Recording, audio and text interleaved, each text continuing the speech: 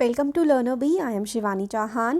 Class 6 SST की नई जो किताब है उसका चैप्टर 8 यूनिटी इन डाइवर्सिटी और many in the one. Unity in diversity, unity जो शब्द है ना इसका मतलब होता है एकता और डाइवर्सिटी इसका मतलब होता है भिन्नता। तो यूनिटी इन डाइवर्सिटी का मतलब हुआ अनेकता में एकता। अब और मैनी इन वन या फिर बहुत सारे एक में ही। तो ये चैप्टर हम पढ़ने वाले हैं हमारे देश की संस्कृति के बारे में। हमारे देश में बहुत सारी चीज़ें हैं बट फिर भी हम सब एक हैं। कैसे?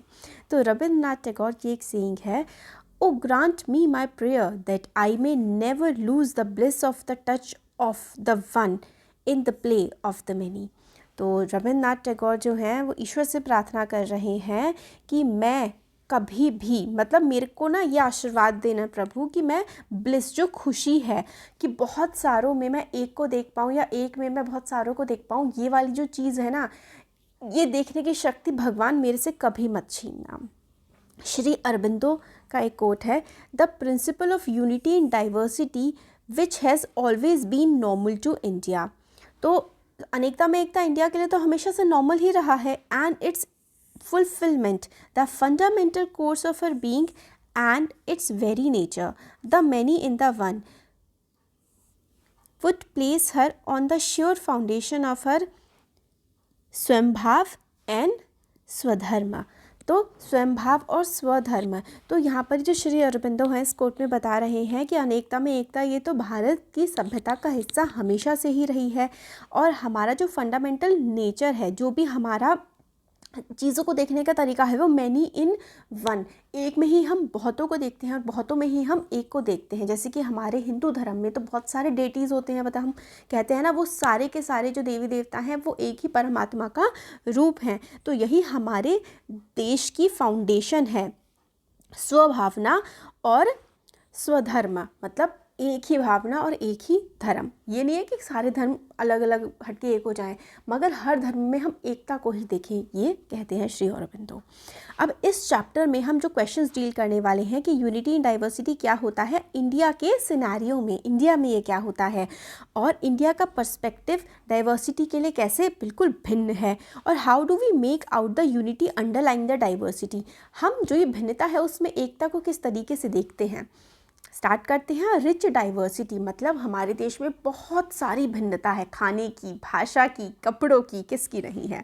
If you travel through India by train, अगर आप इंडिया ट्रेन से ट्रैवल करेंगे ना, you will notice not only changing landscape but also many different types of dresses and food. You will hear different languages, familiar and unfamiliar. अगर आप India में travel करेंगे ना ट्रेन से, आपको सिर्फ लैंडस्केप यानी कि जो भूमि है, कहीं पर पहाड़, कहीं पर पठार, कहीं पर नदी, कहीं पर रेगिस्तान, सिर्फ यही बदलता हुआ नहीं दिखेगा, बल्कि आपको हमारी ड्रेसेस, कपड़े, हमारा खाना, हमारी भाषा सब बदलता हुआ दिखेगा। कोई चीज़ें आपको एक जैसी लगेंगी और कोई चीज़ें आपको बिल्कुल ही नहीं लगेंगी। And see different scripts on the way, और आप अलग अलग बोलियाँ और अलग अलग लैंग्वेजेस भी आप देखते हुए चलेंगे। Even within your own region you will often come across people from other parts of India with different customs and tradition। आप अपने ही इलाके में देखेंगे कि इंडिया के अलग अलग हिस्सों से लोग बसे हुए हैं और उनके रीति रिवाज बिल्कुल अलग हैं। This is India's rich diversity and it is usually the first thing that strikes visitors to our country। तो जो हमारा देश है बहुत, मतलब बहुत ही ज़्यादा कह सकते हैं ना अमीर है, बहुत ही रिच है भिन्नताओं को लेकर के। बहुत ही सारी अलग अलग चीज़ें हमारे देश में हमें मिल जाती हैं और यही जो विजिटर्स हैं, जो बाहर से आने वाले जो लोग हैं ना, यही जो इतना कलरफुल सा हमारा कल्चर है ना, यही तो अट्रैक्ट करता है सबको। विद ओवर 1.4 बिलियन इनहेबिटेंट्स, मतलब इतने सारे लोग, दुनिया की 18% पॉपुलेशन हमारे ही देश में रहती है। इतनी डाइवर्सिटी सरप्राइजिंग तो नहीं है, जब लोग इतने सारे हैं तो भिन्नताएं भी तो होंगी ना लोगों में। In the late 20th century the anthropological survey of India, a national organization, conducted a massive survey called People of India Project of 4,635 communities across all the states of country। तो 20th सेंचुरी के and में हमारे देश की जो anthropology study of human science, human behaviour है ना, इन्होंने ना एक सर्वे कंडक्ट किया था जिसका नाम था people of India project. India के देश, जो हमारा देश है, यहाँ के लोगों के बारे में जानने का वो प्रोजेक्ट था। इसमें लगभग 4,500 से भी ज़्यादा कम्युनिटी होते हैं, समुदाय है ना, भिन्न अलग अलग लोग जो इकट्ठे होकर के रहते हैं, ठीक है। तो इतने सारे समुदायों को स्टडी किया गया था। उन्होंने काउंट किया था 325 लैंग्वेजेस यूजिंग 25 स्क्रिप्ट्स। स्क्रिप्ट देखिए, जैसे कि इंग्लिश की स्क्रिप्ट होती है ना, ऐसे हिंदी की जैसे स्क्रिप्ट होती है देवनागरी, ऐसे करके। It also observe that many Indians may be called migrants. वो कहते हैं कि बहुत सारे इंडियंस जो है वो माइग्रेंट्स हम बोल सकते हैं, मतलब कहीं और जगह से आकर के बसे हुए हों, in the sense of people not living near there birth place और विद देयर ओरिजिनल कम्युनिटी। मतलब जैसे कि सपोज करो कि मैं जो हूँ वो यूपी की हूँ, और अब अगर मैं हरियाणा में अगर रह रही हूँ तो मैं एक तरह से माइग्रेंट ही तो हो गई। पहले मैं यूपी में रहा करती थी और अब मैं काफ़ी दूर वहाँ से हरियाणा में रह रही हूँ, है ना। तो मैं अपने ओरिजिनल बर्थ प्लेस से काफ़ी दूर रह रही हूँ। तो इंडिया में ऐसे बहुत ज़्यादा लोग रहते हैं। तो आप एक एक्टिविटी कर सकते हैं कि आप अपनी क्लास में करिए कि बर्थ प्लेस जो है 5 क्लासमेट्स का पूछिए, और क्या उनके पेरेंट्स का जो बर्थ प्लेस है क्या वो अभी भी वहीं पर रह रहे हैं, क्या वो कौन सी मदर टंग बोलते हैं, उनकी पेरेंट्स की भाषा क्या है, उनकी भाषा क्या है, ये सब आप लोग चेक कर सकते हैं अपनी क्लास में। While diversity is Indeed beautiful, diversity काफ़ी खूबसूरत होती है, making sense of it is not so easy. अब इससे सेंस निकालना ईजी नहीं होता। ओवर अ सेंचुरी अगो, यानी कि 100 साल पहले, British historian Vincent Smith wondered. तो ब्रिटिश हिस्टोरियन था एक विंसेंट स्मिथ, वो काफ़ी हैरान था, how in the face of such bewildering diversity, मतलब इतनी चौंका देने वाली जो भिन्नता है, क्या ना हिस्ट्री ऑफ इंडिया भी रिटर्न, इंडिया की हिस्ट्री कैसे लिखी जा सकती है। The answer to the query is found in the fact that India offers unity in diversity. और इस फैक्ट का जो आंसर है ना कि इंडिया की हिस्ट्री कैसे लिखी जा सकती है, इतनी भिन्नता है यहाँ पर, तो इसका आंसर आता है यूनिटी इन डाइवर्सिटी में। भले ही हम बहुत ज़्यादा डिफरेंट है, बट है तो हम सब एक ही ना। What is meant by unity in diversity, ये जो शब्द है इसका आखिर मतलब क्या है। How shall we perceive and express this unity, हम इस जो यूनिटी है, एकता है, इसको हम कैसे देखते हैं और हम इसको कैसे एक्सप्रेस करते हैं, कैसे जाहिर कर पाते हैं। और द मैनी इन वन, बहुत सारों में एक हैं। The answer to this question we will explore a few dimensions of Indian life. इस क्वेश्चन को आंसर करने के लिए हम जो भारतीय समाज है, जो हम लोगों की जो जीवन शैली है, उसमें हम इस क्वेश्चन का आंसर ढूंढने की कोशिश करेंगे। फूड फॉर ऑल, खाना तो हम सबको बहुत पसंद होता है ना, सबकी अलग अलग डिशेस होती हैं जो उनको पसंद होती हैं, तो हर रीजन की भी अलग डिश होती है। Some of you will have eaten food from different regions of India, है ना, हम सब ने अलग अलग इलाकों से खाना खाया है। The number of different dishes and preparations you can taste in India must be in their thousands, है ना, हज़ारों डिशेस जो हैं हमने शायद टेस्ट करी होंगी, क्योंकि इंडिया में फूड की डाइवर्सिटी ही इतनी ज़्यादा है। अगर लाखों में नहीं है तो हज़ारों डिशेस तो आपने पक्का ही सुनी होंगी। Yet certain food grains are common to almost every part of the country, but कुछ फूड ग्रेन्स जो हैं वो पूरे देश में कॉमन है। जैसे कि हम कहें कि राइस पूरे देश में है, कि rice, barley, wheat, millet such as bajra, jowar, ragi, है ना, ये पूरे देश में कॉमन है। और दालें such as various kinds of dals and grams. अब देखो यहाँ पर एग्जाम्पल है सीरियल पल्सेस के, जो कि इंडिया के डिफरेंट रीजन से आते हैं। सबसे ऊपर देखो, कश्मीर में राजमा, है ना, रेड रेड कलर का होता है, और उत्तराखंड यूपी साइड में ब्लैक ब्लैक कलर का भी राजमा होता है। वाइट कलर का लोबिया होता है हरियाणा पंजाब वाले रीजन में। बासमती के चावल मध्य प्रदेश के, मूंग की दाल, मसूर की दाल, है ना, और अरहर की दाल हो गई। चावल तो पूरे ही देश में मतलब हमें कॉमन देखने को मिल जाएगा। चना दाल और छोले, है ना, कितने टेस्टी होते हैं। तो ये अलग अलग जो हैं हमारे एरियाज़ हैं जहाँ पर अलग अलग टाइप का फूड हमें खाने को मिलता है। तो all these are called staple grains. ये इंपॉर्टेंट है कि स्टेपल ग्रेन्स क्या होते हैं। स्टेपल ग्रेन्स होते हैं जो उस एरिया के कॉमन होते हैं और वहाँ पर बहुत ज़्यादा खाए जाते हैं, because they are the basic food for most Indians. तो स्टेपल ग्रेन हमारा राइस कह सकते हैं, हम वीट कह सकते हैं, है ना, और पल्सेस कह सकते हैं, ये काफ़ी कॉमन है। सिमिलरली सम कॉमन स्पाइसेस जैसे कि टर्मरिक, हल्दी, क्यूमन सीड्स हो गए, कार्डामम हो गए, है ना, जो अजवैन है और इलायची है, जिंजर, है ना, अदरक है, are also use throughout the country, है ना, ये सब हम पूरे देश में यूज़ करते हैं। We would continue the list with some common vegetables, है ना, कॉमन ऑयल्स जैसे कि सरसों का तेल हो गया, नारियल का तेल हो गया, है ना, ये सारे के सारे तेल भी हम लोग इस्तेमाल करते हैं। तो हमने देखा, so we see how same ingredients एक जैसे इंग्रेडिएंट है, यूनिटी है ना, can be use in the number of combinations, है ना, अलग अलग तरीके का हम खाना बना सकते हैं, डाइवर्सिटी है, जैसे कि हम लोग चावल से रोटी भी बना सकते हैं, राइस भी बना सकते हैं, इडली भी बना सकते हैं, है ना, दाल से हम सांभर भी बना सकते हैं और नॉर्मल अरहर की दाल भी बना सकते हैं। अब हम इससे एंडलेस मील्स और एंडलेस वैरायटी ऑफ डिशेस इन्हीं सेम इंग्रेडिएंट से बना सकते हैं। लेट्स एक्सप्लोर में आपको एक्टिविटी करनी है, लिस्ट ऑफ इंग्रेडिएंट्स आपके घर में कौन कौन से इस्तेमाल होते हैं। एक वेजिटेबल लीजिए और आप उससे क्या क्या डिश प्रिपेयर कर सकते हैं, जैसे कि बैंगन। अलग अलग इलाकों में कहीं बैंगन का भरता बनता है, कहीं बैंगन की सब्जी बनती है, कहीं पर बैंगन को तल के ही खा लेते हैं, है ना। तो हमने खाने की भिन्नता देखी और साथ ही साथ एकता भी देखी। अब हम कपड़ों की देखते हैं, टेक्सटाइल एंड क्लोथिंग। अभी देखिए ये स्टोन रिलीफ है जो कि साड़ी में हमें वैशाली में मिलता है, कि एक विमेन है जिन्होंने साड़ी पहनी हुई है। अब आप देखेंगे, पता है साड़ी भी अलग अलग तरीके से अलग अलग इलाकों में पहनी जाती है। Every region and community in India has developed its own style of clothing and dress, है ना। तो अलग अलग क्लोथिंग, अलग अलग ड्रेसेस है पूरी इंडिया में हर जगह की। Yet we notice a commonality in some traditional Indian dresses. तो फिर भी कॉमनैलिटी हमें मिलती है कि साड़ी पूरी देश में पहनते हैं, irrespective of the material use. Material अलग होता है बट कपड़ा एक टाइप्स होता है। An obvious example is the plain length of cloth called sari, a type of clothing worn in most part of India and made from different fabrics. तो साड़ी हर जगह पहनी जाती है, एक कपड़ा होता है उससे अलग अलग डिज़ाइन से हम उसको बांध लेते हैं।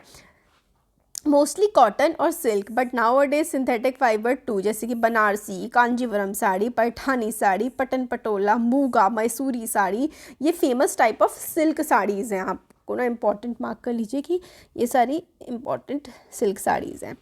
There are many more kinds of cotton saris. All together this unstitched piece of cloth comes in hundreds of varieties. ठीक है, एक ही कपड़ा होता है, हम साड़ी को कितनी कितनी वेराइटीज से पहन लेते हैं ना। They are produced by different method of weaving, अलग अलग तरीके से इनको बुन करके निकाला जाता है। ये कलरफुल इंडियन टेक्सटाइल है, मुझे तो कालीन लग रहे हैं वैसे ये। हाँ, तो राइट साइड में अलग अलग हम डिज़ाइनिंग देख सकते हैं। Some designs are part of cloth while other are printed after the cloth is woven। तो क्लोथ को बुनने के बाद अलग अलग उस पर डिज़ाइनिंग करी जाती है। Finally there are endless variety in colors which are produced from many kinds of pigment. तो अलग अलग कलर्स होते हैं, अलग अलग वैराइटीज़ होती हैं ना, बहुत ही सुंदर सुंदर से हमें क्लोथ्स देखने को मिलते हैं। The sari has a long history. This stone relief जो कि हमने ऊपर देखा वैशाली में, ये goes back a few century BC before Christ era, मतलब सदियों पुरानी वो पिक्चर है। तो उसमें भी विमेन ने साड़ी ही पहनी हुई है और आज भी हम साड़ी पहनते हैं।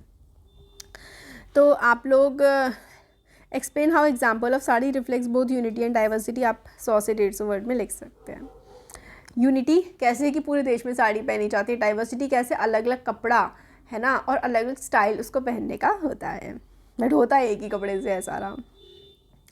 Don't miss out. For a long time, बहुत ही लंबे समय तक, India produce the finest cotton in the world and Indian textile were exported as far as Europe. तो बहुत लंबे समय तक इंडिया का जो कॉटन होता था ना, इंडिया का जो कपड़ा होता था वो सबसे अच्छा होता था दुनिया में। One beautiful type of printed cotton जिसको चिंत कहा जाता था बिकेम सो पॉपुलर, इतना पॉपुलर हो गया 17th सेंचुरी में यूरोप में, that the sale of some European dresses drop sharply. Eventually to protect their own product, England and France decided to ban the import of chintz from India. तो chintz जो है वो इतना ज़्यादा famous हो गया था यूरोप में कि उनके खुद के जो है ना कपड़े वो बहुत मतलब कम बिकने लगे थे। तो फ्रांस और इंग्लैंड ने बैन कर दिया चिंस को कि इंडिया से आएगा ही नहीं अब ये। रिलीफ क्या होता है? बेसिकली सरफेस स्टोन, जैसे कि कोई भी रिलीफ, एक तो होता है कि शांति मिल गई, वो अलग वर्ड है। यहाँ पर जो रिलीफ है उसको a design that stand out from the surface. ठीक है, सरफेस पे से ऊपर की तरफ उभरा हुआ डिज़ाइन, स्टोन पे से कहीं से भी हो सकता है। तो there are many ways of wearing the sari, है ना, कई डिफरेंट वेज होते हैं साड़ी पहनने के, as they vary from one region to another और from one community to another. In fact new ways of draping it are still being invented. मतलब drape करना, मतलब साड़ी को बांधने के अलग अलग तरीके आज भी नए नए इन्वेंट होते जा रहे हैं ना, नई मॉडर्न स्टाइल की साड़ी भी हम पहनने लगे हैं। But in the end it is a single dress, the sari. In past centuries several travelers to India marveled at its simplicity, economy and the diverse way in which it is worn. In addition, women often put the sari to many uses beyond that of dress. तो travellers India में आए और देखा कि किस किस तरीके से पहनी जा सकती है। और साड़ी का इस्तेमाल हम और भी कई तरीके से करते हैं। साड़ी में बच्चे को लिटा दिया, झूला बना दिया, है ना। और साड़ी से देखो यहाँ पर विमेन जो है छान रही हैं कुछ कुछ, और साड़ी में सामान ले रही हैं। तो अलग अलग तरीके से जो है साउथ इंडिया से ये पिक्चर्स हैं, अलग अलग तरीके से साड़ी का इस्तेमाल किया जाता है हमारे देश में। चलो, है ना। ये देखो कुछ छान रही हैं, ये मटके में ले जा रही हैं, साड़ी से ढक रखा है और साड़ी पे सो भी जा रही हैं बिछा करके। तो अलग अलग यूजेस हमें देखने के लिए मिल सकते हैं कि कैसे कैसे साड़ी का इस्तेमाल हम लोग कर सकते हैं। अब फेस्टिवल गैलॉर, अलग अलग टाइप के फेस्टिवल बट मनाए एक तरीके से जाते हैं, नाम अलग हैं बट एक ही फसल को लेकर के मनाए जाते हैं। There is an immense variety of festivals in India. You may have noticed that a few common ones are celebrated across India almost at the same time, though they have different names. We will take just one example. तो एक ही time पर same type के festivals मनाए जाते हैं India में, उनके नाम भले ही अलग अलग हो सकते हैं। जैसे कि मकर संक्रांति, जब सन जो है मकर राशि में आ जाते हैं, कैप्रिकॉर्न में, which marks the beginning of harvest season in many part of India, और अराउंड 14 जनवरी के अराउंड ना काफ़ी सारा मतलब फसलों की कटाई होने लगती है। तो मैप में हमें देखो मकर संक्रांति सेंट्रल इंडिया में बोला जाता है, बिहार वाले रीजन में खिचड़ी पर्व बोला जाता है, पंजाब में लोहड़ी, है ना, जम्मू वाले रीजन में शिशु संक्रांत, और असम में माघ बिहू, और इधर गुजरात में उत्तरायण, और इधर तमिलनाडु में पोंगल, है ना। तो अलग अलग रीजन्स में अलग अलग नाम से जाना जाता है, बट होता सारा का एक ही दिन सेलिब्रेट है। 14 जनवरी को मकर संक्रांति के रूप में अलग अलग नाम से मनाया जाता है सेम फेस्टिवल फसलों की हार्वेस्टिंग के बाद। तो आपके रीजन में कौन से नाम से इस फेस्टिवल को जानते हैं और आपका कौन सा फेवरेट फेस्टिवल है और उसको किस तरीके से मनाया जाता है ना, तो आप लोग लिख सकते हैं। अब अक्टूबर नवंबर के टाइम में इंडिया का मेजर फेस्टिवल दिवाली, है ना, आता है, जो कि पूरे देश में दिवाली के ही नाम से मनाया जाता है। और भी अक्टूबर नवंबर में बहुत सारे फेस्टिवल्स होते हैं अलग अलग रीजन में। एन एपिक स्प्रेड, बढ़िया तरीके से फैला हुआ। Literature offers us another fine illustration of unity in diversity. Indian literature are extremely diverse and among the most abundant in the world. तो इंडिया में जो लिटरेचर है ना वो बहुत ज़्यादा है, बहुत सारी किताबें सदियों से लिखी जा रही हैं, दुनिया में सबसे ज़्यादा इनफैक्ट आप कह सकते हैं। ओवर सेंचुरीज, कई सदियों तक, despite difference in language, technique etcetera, they have shared important themes and concerns. तो अलग अलग हमारे देश के इलाकों में अलग अलग भाषाओं में अलग अलग चीज़ें लिखी गई हैं, बट उनकी थीम एक तरह से कॉमन ही हुआ करती थी। Who has not heard of Panchatantra, है ना, पंचतंत्र की कहानियाँ तो सारे ही बच्चों ने सुनी हैं। दिस कलेक्शन ऑफ डिलाइटफुल, प्यारी प्यारी सी जो स्टोरीज़ हैं, इसमें एनिमल जो हैं वो मेन कैरेक्टर होते हैं और वो हमें लाइफ की इंपॉर्टेंट चीज़ों के बारे में बताते हैं। Original Sanskrit text is at least 2200 years old, इतना पुराना है Panchatantra.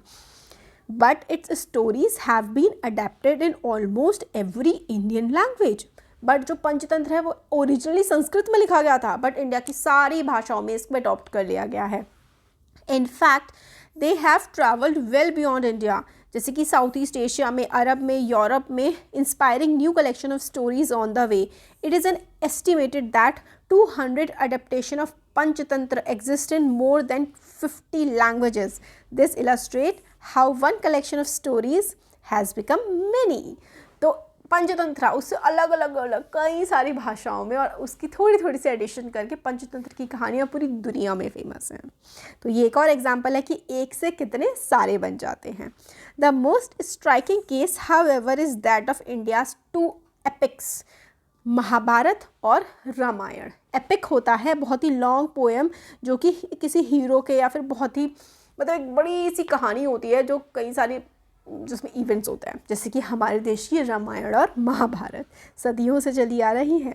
These 2 long Sanskrit poems which together might fill some 7000 pages in original versions narrate the stories of heroes who fight to re-establish धर्म। तो धर्म के री-एस्टैब्लिशमेंट के लिए ही रामायण महाभारत तो हम सबको पता ही है ना। इन द महाभारत पांडव जो हैं कृष्ण की मदद से अपने कजन्स कौरवों से फाइट करते हैं ताकि उनकी किंगडम उनको वापस मिले। रामायण में राम जो हैं अपने भाई लक्ष्मण और हनुमान जी की मदद से डिफीट कर देते हैं दानव राक्षस को रावण को, जिन्होंने उनकी वाइफ सीता को किडनैप किया होता है। तो काफ़ी सीरियस कॉन्सेप्ट पर बहुत ही अच्छे से ये मॉरलिस्टिक स्टोरीज रामायण महाभारत हमें बहुत कुछ सिखाती है। These stories contain many shorter ones that focus on values and constantly ask question about what is right and what is wrong. तो हमें बहुत सारे क्वेश्चंस भी ये हमें दिमाग में डालती हैं कि क्या सही है क्या गलत। पेंटिंग डिपिक्ट करती है मेजर एपिसोड ऑफ रामायण, और ये 18th सेंचुरी हिमाचल प्रदेश की है। ये हाँ, रावण जो सीता जी को, रावण का हरण, सीता जी का हरण है ना, रावण लेकर के जा रहा है, वो है picture.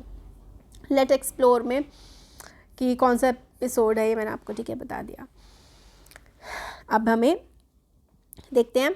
For more than 2 millenniums, ठीक है, कई सदियों से, these two epics have been translated or adopted in regional literature in India and beyond. India में तो हर भाषा में इनका ट्रांसलेशन हो ही चुका है, दुनिया में भी हर भाषा में हो चुका होगा इनका translation. In addition there are countless folks version of them. Folk version मतलब रीजन के हिसाब से भी इन कहानियों में, ये जो रामायण महाभारत की कथा है, इनमें बहुत सारे अपने अपने एडिशंस भी आए हैं। A few years ago a scholar conducted a survey in Tamil Nadu alone and counted about 100 versions of Mahabharata that have come down to us in folklore forms. Imagine what the number might be for the whole of India. तो एक सर्वे किया था तमिलनाडु में जिसमें 100 से ज़्यादा महाभारत के version है, मतलब एक कहानी को अलग अलग ढंग से बताया लोगों ने।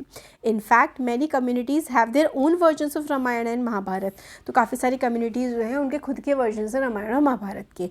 They have also preserved legends connecting their own history with these epics. This is especially true for tribal communities in many part of India such as Bhils, Gonds, Mundas and many more. तो जो हमारे देश की जो tribal community है ना, उन्होंने भी अपने वर्जन्स बनाए हुए हैं रामायण और महाभारत के। Most tribes of India's northeast and Himalayan region including Kashmir have had their own version of one or the other of the two epics of both. तो बेसिकली यही बोला जा रहा है कि रामायण महाभारत के अपने अपने वर्जन्स हर इलाके ने बना रखे हैं। ये जो ट्राइबल एडेप्टेशंस हैं ये ओरली ट्रांसमिट किए गए हैं कि किस तरीके से रामायण और महाभारत के जो हीरोज़ थे उन्होंने कैसे बुरा चीज़ों पर अपनी विजय प्राप्त करी। जनरली सब कॉमन ही होता है, जैसे कि महाभारत में 5 पांडव होते हैं और उनकी वाइफ द्रौपदी होती हैं, और but also sometime their cousin and adversary Duryodhana visited the tribes respective region. तो वो पता है कैसे चेंज करते हैं, मतलब कैसे अपने की वो किसी न किसी समय पर ये लोग जो हैं जो मेन हीरोज़ हैं या फिर विलन्स हैं उनके ट्राइब को कैसे विज़िट किया था, इस तरीके से वो बताते हैं ट्राइबल जो हैं एरिया के लोग। The anthropologist K.S. Singh directed the People of India project we referred to earlier, है ना, हुआ था ना late 20th century में। उसमें in the case of Mahabharat he observed there is hardly a place in the country which the epic heroes such as Pandav did not visit according to the folklores। तो folklores जो कहावतें हैं, कहानियाँ हैं, उसके according तो पांडव जो थे ना वो देश के हर एक हिस्से में गए थे, जो बेसिकली उस एरिया की जो मान्यताएँ हैं। जहाँ पर मैं रहती हूँ, जो मेरा बर्थ प्लेस है, वहाँ पे भी एक द्रोणा सागर है। तो ऐसा कहते हैं उत्तराखंड में कि यहाँ पर पांडवों ने मतलब रुके थे वहाँ पर भी आकर। And the same may be said of the Ramayana over the centuries perhaps more than any other text these two epics created a dense web of cultural interactions across India and many parts of Asia, another example of unity in diversity. तो रामायण और महाभारत तो बहुत बड़ा example है unity in diversity का, क्योंकि पूरे देश के लोग इसको जानते हैं, देखते हैं, सीखते हैं, पढ़ते हैं इसको, और अपने अपने हर इलाके के वर्जन्स भी हैं। देखिए यहाँ पे पंच पांडवार, ये एक आकार stone in forest of Nilgiri Tamil Nadu, किस तरीके से जो 5 पांडव भाई हैं, और ये श्राइन कमेमोरेट करती है। इसमें इरुला ट्राइबल कम्युनिटी के लोगों ने कमेमोरेट किया है कि पांडव जो हैं उनके एरिया से पास हुए थे। तो ये जो इरुला ट्राइबल कम्युनिटी है तमिलनाडु की, उन्होंने जो है पांडवों की पिक्चर बना रखी है कि पांडव इनके इलाके से भी जो है वो गए थे। अब to further illustrate the theme of this chapter,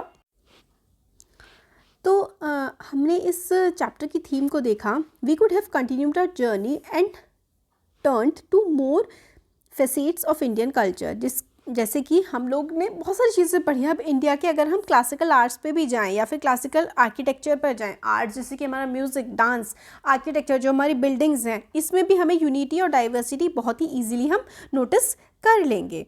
तो ये फील्ड हम लोग जो आर्ट करिकुलर एरिया है वहाँ पर आर्ट एंड कल्चर में पढ़ेंगे।